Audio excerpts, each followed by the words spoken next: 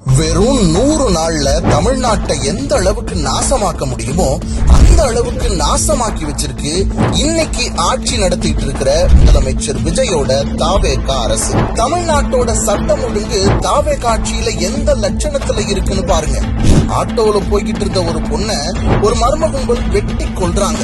கல்லூரியில கஞ்சா விற்கிறதா புகார் கொடுத்த ஒரு மாணவனை 20 பேர் அடிச்சே கொல்றாங்க. விசாரணைன்ற பேர்ல 6 பேர் லாக்அப் டெத். இப்படி தினம் தினம் கொலை கொள்ளை பாலியல் வன்கொடுமைன்னு தமிழ்நாட்டோட சட்டம் ஒழுங்கு சந்தி சிரிக்குது. பெண்களுக்கு பாதுகாப்பு இல்லைன்னு வீரவசனம் பேசின முதலமைச்சர் விஜய் ஆட்சியில 6 வயது சிறுமி முதல் 60 வயது அம்மா வரைக்கும் யாருக்கும் பாதுகாப்பு இல்லாத சூழல் தான் இருக்கு. சமீபத்துல கூட கிருஷ்ணகிரி மாவட்டத்துல 8 வயது சிறுமிக்கு பாலியல் தொந்தரவு கொடுத்திருக்காங்க.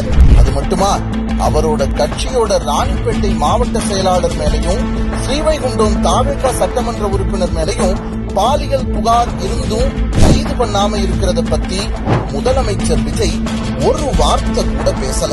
படத்துல விவசாயியா நடிச்சு அடுத்த ஜென்மத்துல விவசாயியா பிறக்கணும்னு ஆசைப்படுற முதலமைச்சர் விஜய் தான் விவசாய கடனை முழுசா தள்ளுபடி பண்றேன்னு அறிவிச்சுட்டு ஆட்சிக்கு வந்ததுக்கு அப்புறம் அதை பண்ணாம விவசாயிகளுக்கு துரோகம் பண்ணார். காவிரி தண்ணி கிடைக்கல, மேட்டூர் அணைய சீக்கிரம் திறங்க, வறட்சி நிவாரண நிதி கொடுங்கன்னு விவசாயிகள் ரோட்ல போராடிட்டு இருக்காங்க. ஆனா அவங்கள சந்திக்க நேரம் இல்லாத முதலமைச்சர் விஜய் சினிமா நடிகர் நடிகைகளை மட்டும் நேரம் ஒதுக்கி மிஸ் பண்ணாம சந்திக்கிறார். 200 யூனிட் மின்சாரம் இலவசம்னு முதலமைச்சர் அறிவிச்சாரு.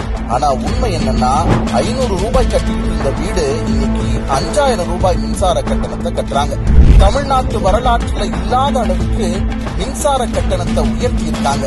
சொத்து வரிய 4 மடங்கா உயர்த்திருக்காங்க.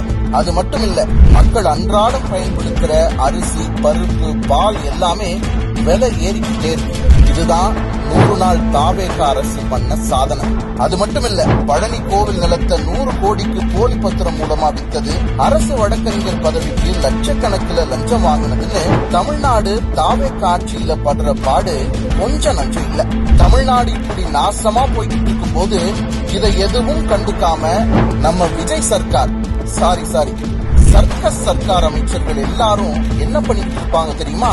பிஸியா ரீல்ஸ் எடுத்துட்டு இருப்பாங்க.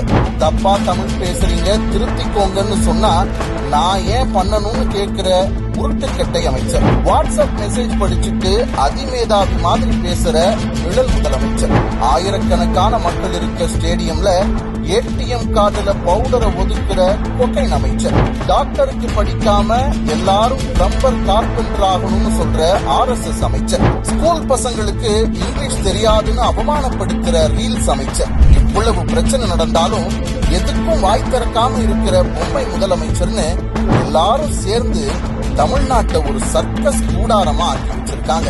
மொத்தத்துல மாற்றம்னு சொல்லி ஆட்சிக்கு வந்த தாவேகா அரசால மக்களுக்கு மிஞ்சினது வெறும் ஏமாற்றம் தான். சிஎம் சார், இப்படியே போனா தமிழ்நாடு நாசமாகும் சிஎம் சார்.